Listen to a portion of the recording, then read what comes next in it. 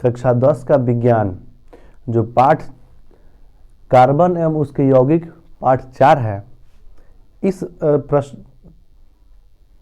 Chapter में जो भी अति महत्वपूर्ण प्रश्न है उसको यहाँ बताने जा रहे हैं।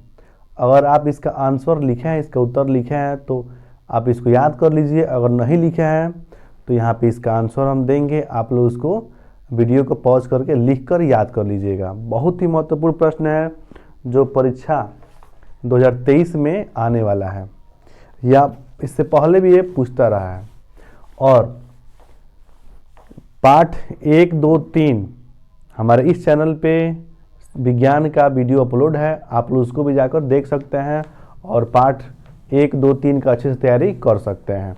जो एग्ज़ाम में जो प्रश्न महत्वपूर्ण है जो आता रहता है उसी प्रश्न को हम इसमें अपलोड करते हैं, तो आप लोग जाकर देख सकते हैं।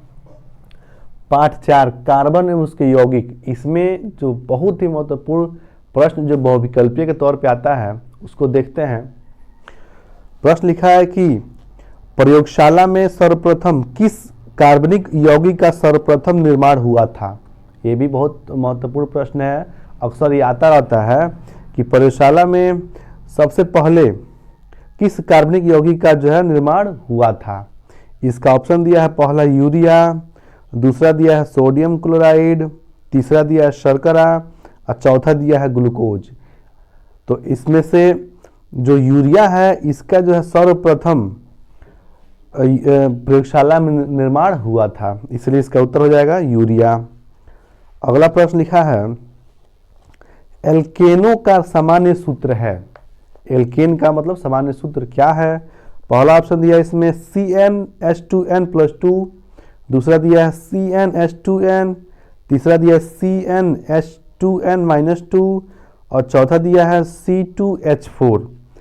4 ऑप्शन में से एल्केनो का सामान्य सूत्र क्या है ये हमसे पूछ रहा है, तो इसका सही उत्तर होगा ऑप्शन नंबर जो ए दिया है CnH2n+2, ये एल्केनो का सामान्य सूत्र होता है। अगला लिखा है कि निम्नलिखित में एल्कीन है, यानी एल्कीन का जो है इसमें कौन सा एल्कीन है। पहला दिया है C2H6, दूसरा दिया है C2H4, C2H2, C6H6। 4 ऑप्शन दिया है, चारों में से इसमें से एल्कीन कौन सा है ये होगा, ये हमसे पूछ रहा है। तो इसका सही उत्तर होगा ऑप्शन नंबर जो बी दिया है C2H4, ये हम लोग का एल्कीन होता है। ठीक है। अगला प्रश्न दिया है जो बहुत ही महत्वपूर्ण है, देखिए एनसीईआरटी क्वेश्चन है, 2013 में भी आ गया है, 14 में भी आ गया है और 2022 में भी आया था। ये लिखा है कि ब्यूटेनोन में क्रियात्मक समूह है। 4 ऑप्शन दिया है, चारों में से कौन सा ऑप्शन होगा ये हमसे पूछ रहा है, तो इसका सही उत्तर होगा ऑप्शन जो बी दिया है, ये हम लोग का ब्यूटेनों का क्रियात्मक समूह होता है। अगला यहाँ दिया है निम्नलिखित में से किस यौगिक में कीटोनी समूह उपस्थित है, यानी कि कौन से समूह में कीटोनी उपस्थित होता है। इसमें 4 ऑप्शन दिया है, यहाँ पे आप देख सकते हैं।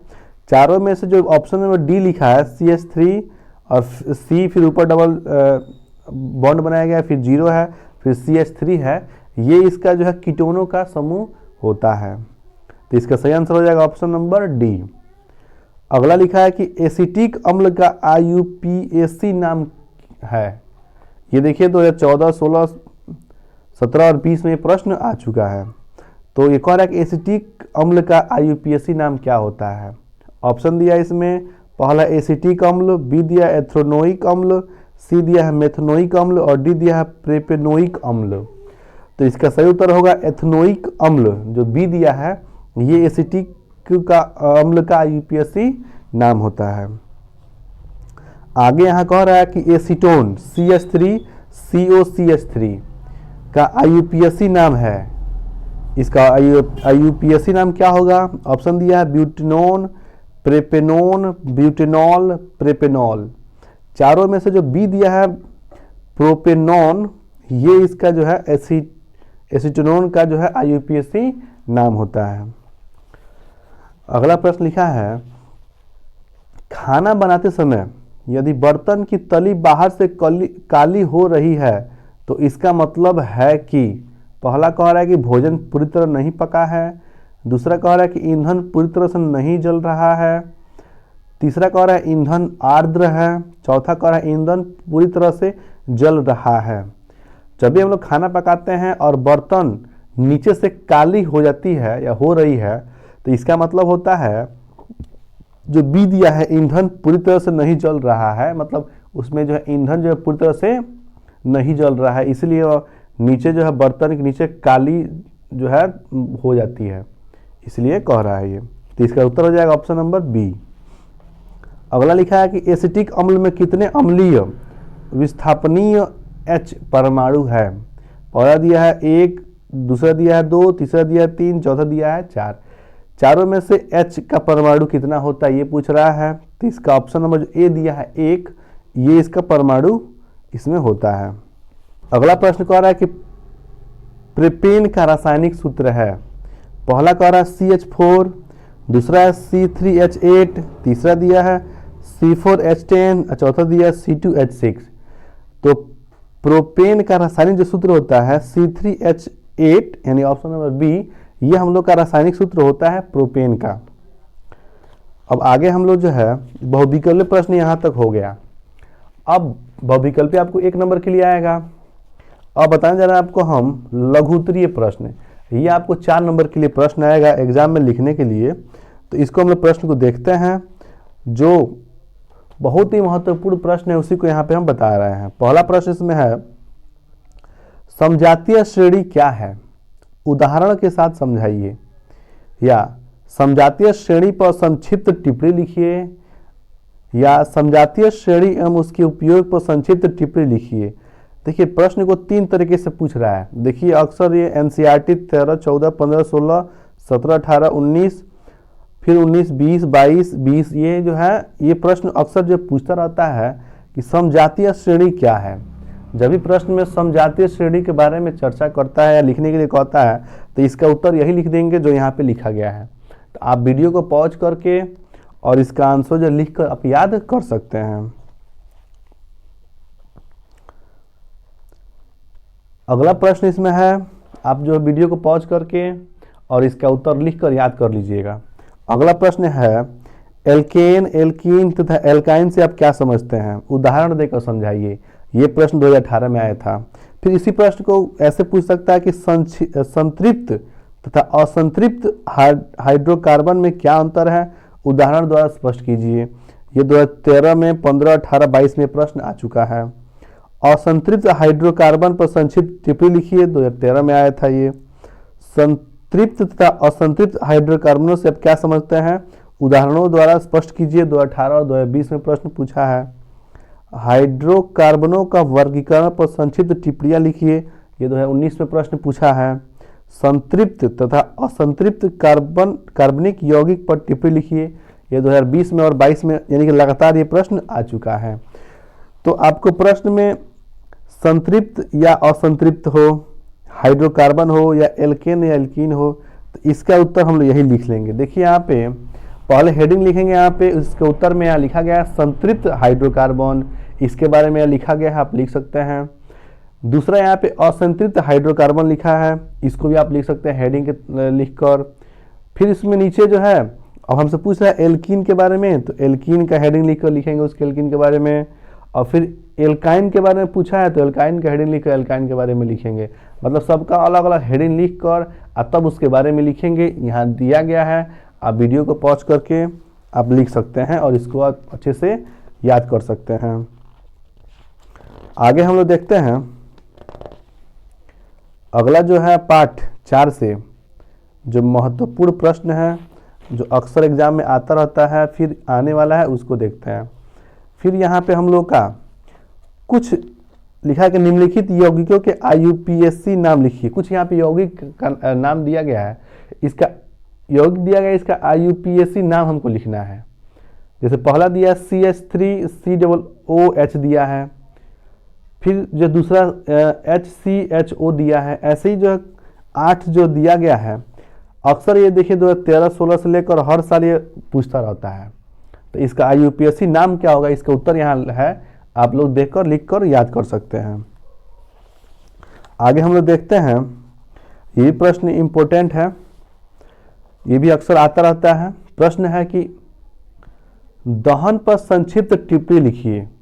दहन के बारे में हमको जो है बताना है, लिखना है। या प्रश्न ऐसे भी आ सकता है कि हाइड्रोकार्बन की दहन अभिक्रिया पर संक्षिप्त टिप्पणी लिखो। यानी कि दहन हो या हाइड्रोकार्बन की दहन हो, दोनों प्रश्न को घुमा फिरा के पूछता है। तो इसका उत्तर आप यही लिख लेंगे 2018 में, 19 में, 20 में और 22 में। यानी कि लगातार ये प्रश्न जो है पूछते आ रहा है दहन के बारे में। तो दहन के बारे में यहाँ पे जो है लिखा गया है। आप वीडियो को पॉज करके और अच्छे से लिख कर याद कर सकते हैं। आज अगला प्रश्न इधर है, पाठ जो है 4 से, बहुत ही महत्वपूर्ण प्रश्न कि प्रतिस्थापन अभिक्रिया पर संक्षिप्त टिप्पणी लिखिए। यानी कि प्रतिस्थापन अभिक्रिया क्या होती है, इसके बारे में हमको जो है संक्षिप्त टिप्पणी लिखना है। ये 2018 में, 19, 20, 21, 22 लगातार ये प्रश्न पूछता आ रहा है। प्रश्न को ऐसे ही पूछ सकता है कि प्रतिस्थापन अभिक्रिया को एक उदाहरण देकर समझाइए, या मेथेन से क्लोरीन की अभिक्रिया केवल समीकरण लिखिए, या कार्बनिक यौगिकों में प्रतिस्थापन अभिक्रियाओं पर एक टिप्पणी लिखिए। या हर साल जो है देखिए 2020 में और 22 में प्रश्न आ गया है। तो यानी कि प्रश्न में अगर प्रतिस्थापन अभिक्रिया आपको दिखाई दे, तो ये जो प्रतिस्थापन अभिक्रिया है इसको जो है याद करके गए हैं तो आप उसको लिख सकते हैं, आराम से जो है पूरा नंबर मिल जाएगा। अब इसके आगे हम लोग देखते हैं, अगला प्रश्न यहाँ पे लिखा हुआ है कि एथिलीन प्राप्त करने की विधि लिखिए। 2018 में प्रश्न आया था। या ऐसे ही प्रश्न आ सकता है कि एथिल एल्कोहल से एथिलीन कैसे प्राप्त करें। ये 2020 में प्रश्न आया था। क्या होता है जब एथिल एल्कोहल को सांद्र सल्फ्यूरिक अम्ल के साथ 160 डिग्री सेल्सियस से 170 डिग्री सेल्सियस पर गर्म करते हैं। 2015, 16, 17, 18, 19 में प्रश्न आ चुका है। यानी कि ये प्रश्न जो है एथिलीन प्राप्त करने की विधि हो, या एथिलीन जो है कैसे प्राप्त करें, या सल्फ्यूरिक अम्ल के साथ जो है अल्कोहल को जब 160 डिग्री पर या 70 डिग्री पर गर्म करते हैं तो क्या होता है, ये प्रश्न जो है लगातार ये पूछता आ रहा है। तो इसका उत्तर यहाँ पे लिखा गया है, आप लोग देखकर इसको लिखकर याद कर सकते हैं। अगला प्रश्न जो है बहुत ही महत्वपूर्ण प्रश्न है। ये भी जो है 2013 से लेकर और देखिए लगातार 2022 तक ये प्रश्न आ रहा है। अब प्रश्न ये है, साबुनीकरण पर संक्षिप्त टिप्पणी लिखिए। साबुनीकरण पर संक्षिप्त जो है टिप्पणी लिखना है। यह प्रश्न ऐसे भी आता है कि साबुन के निर्माण से प्राप्त सह उत्पाद का नाम और सूत्र लिखिए। साबुनीकरण अभिक्रिया का समीकरण दीजिए। या क्या होता है जब ट्राइस्टीएरीन को कॉस्टिक सोडा के साथ गर्म किया जाता है। यानी कि प्रश्न में साबुनीकरण या साबुन का निर्माण के बारे में अगर प्रश्न आ जाए तो इसका उत्तर यही है। और ये रासायनिक जो अभिक्रिया है, इसी से जो साबुन का निर्माण होता है, आप इसको लिखकर याद कर सकते हैं। अगला प्रश्न लिखा है यहाँ पे, ये प्रश्न इंपॉर्टेंट है कि अच्छे साबुन की विशेषताएं लिखिए। ये 2013 में 18 में प्रश्न आ गया है कि अच्छे साबुन की विशेषताएं लिखिए या श्रेष्ठ साबुन के गुण लिखिए। यानी कि अगर एक बहुत ही अच्छा साबुन है तो उसमें कौन सी जो विशेषताएं होती हैं या गुण होती है, इसके बारे में ये कह रहा है। तो इसका उत्तर यहाँ पे है, आप लोग लिख सकते हैं। देखिए इसमें लिखा है कि अच्छे साबुन में निम्नलिखित गुण होने चाहिए। 1 नंबर हेडिंग देकर लिखेंगे, साबुन क्षार रहित होना चाहिए, क्योंकि क्षार वस्त्र तथा त्वचा को हानि पहुंचाता है, यानी इसमें क्षार नहीं होना चाहिए। दूसरा लिखना है कि प्रयोग में लाने पर साबुन चटकना नहीं चाहिए, यानी टूटना नहीं चाहिए। तीसरा, साबुन चिकना या मुलायम होना चाहिए, खुरदुरा साबुन अच्छा नहीं होता है। बात सही है कि साबुन जो है मुलायम होना चाहिए और चिकना होना चाहिए। चौथा है कि साबुन अल्कोहल में विलय होना चाहिए। पांचवा है साबुन में जल की मात्रा 10% से अधिक नहीं होनी चाहिए। और छठवां दिया इसमें कीटाणु नाशक पदार्थ मिले होना चाहिए। ये साबुन के अच्छे गुण हैं या विशेषताएं हैं। ठीक है। अगला प्रश्न है कि मिसेल पर संक्षिप्त टिप्पणी लिखिए। ये 2016 में, 18 में और 22 में प्रश्न आ चुका है। या मिसेल क्या है, उदाहरण द्वारा समझाइए। इनका महत्व साबुन की सफाई में क्या है, ये 2019 में और 21 में पूछ चुका है। साबुन की सफाई करने को मिसेल अवधारणा के आधार पर समझाइए। 2019 में और 20 में आ चुका है। साबुन के निर्मलीकरण पर संक्षिप्त टिप्पणी लिखिए। 19, 20 और 22 में लगातार ये प्रश्न आ रहा है। यानी कि अगर प्रश्न में मिसेल या साबुन का मिसेल या साबुन के निर्मलीकरण के बारे में अगर प्रश्न कहता है तो इसका उत्तर यही लिखेंगे। और यहाँ पे एक चित्र बनाया गया 2 ठो, दोनों चित्रों को बनाकर तब समझाकर हमको लिखना है, तो पूरा जो है नंबर हमको मिल जाएगा। पाठ 4 कार्बन एवं उसके यौगिक में बहुविकल्पीय प्रश्न और लघुत्तरीय प्रश्न बताने के बाद अब हम देखते हैं विस्तृत उत्तरीय प्रश्न। ये आपको जो है 6 नंबर के लिए आता है। हर जो है एग्ज़ाम में आपको 6 नंबर के लिए आ जाएगा। और सबसे ज़्यादा जो आता है 6 नंबर के लिए वो IUPAC नाम लिखने के लिए ज़्यादा आता है। इसको हम लोग देखते हैं। तो IUPAC नाम लिखने के लिए अक्सर ये प्रश्न आता रहता है। तो उसमें प्रश्न लिखा है निम्नलिखित यौगिकों का IUPAC पद्धति में नाम बताइए। यहाँ पे कुछ 7 जो है यौगिक का नाम दिया गया है, उसमें IUPAC नाम क्या होता है ये हमको बताना है। तो इसके उत्तर यहाँ लिखा गया है, आप लोग देखकर उसको याद कर लीजिए कि इसका IUPAC में क्या नाम होता है। फिर अगला प्रश्न दिया कि निम्नलिखित यौगिकों के IUPAC नाम पद्धति में लिखिए। ये IUPAC नाम लिखने के लिए ज़्यादा आता है, तो आपको इसको जो है याद करना पड़ेगा। तो यहाँ इसके लिए भी यहाँ लिखा गया है, आप इसको अच्छे से देखकर याद कर सकते हैं। वीडियो को आराम से पॉज करके और रफ कॉपी पर लिखकर याद कीजिए, एग्ज़ाम में आने वाला है। अगला प्रश्न यहाँ लिखा है, एथिल एल्कोहल के निर्माण की प्रमुख विधियों का रासायनिक समीकरण देते हुए संक्षिप्त विवरण दीजिए।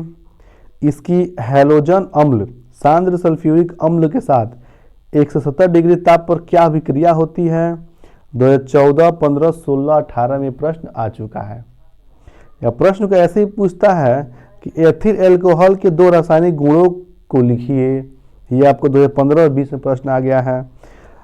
या ये प्रश्न ऐसे भी आ सकता है कि किण्वन द्वारा एथेनॉल के निर्माण पर संक्षिप्त टिप्पणी लिखिए। यह प्रश्न ऐसे भी आ सकता है कि स्टार्च से एथिल एल्कोहल के औद्योगिक निर्माण विधि का वर्णन कीजिए। रासायनिक अभिक्रिया के समीकरण भी लिखिए। यानी कि जो भी प्रश्न इसमें जो दिया गया है, अगर कोई प्रश्न आता है तो इसका उत्तर जो है ये हम लिख लेंगे, तो इसका जो है हमको नंबर मिल जाएगा। अब अगला देखते हैं प्रश्न बहुविकल्पीय के तौर पे। अगला यहाँ लिखा हुआ है, बहुत ही महत्वपूर्ण प्रश्न है कि एस्टीकरण से आप क्या समझते हैं। ये प्रश्न जो है अक्सर आता रहता है। एस्टरीकरण से आप क्या समझते हैं, उदाहरण सहित स्पष्ट कीजिए। एथिल एसीटेट के जल अपघटन की समीकरण दीजिए। एसिटिक अम्ल के प्रमुख उपयोगों का उल्लेख कीजिए। ये 2013, 14, 16 और 20 में ये प्रश्न आ चुका है। ऐसे ही प्रश्न आता है कि एसिटीकरण पर संक्षिप्त टिप्पणी लिखिए। 2014, 15, 16, 17, 18 और 22 में प्रश्न आ चुका है। तो बहुत ही महत्वपूर्ण प्रश्न है। जब भी इन सब में से एस्टरीकरण के बारे में अगर पूछता है तो इसका उत्तर यही लिख लेंगे, समीकरण भी यहाँ बना लेंगे, तो हमको पूरा नंबर मिल जाएगा।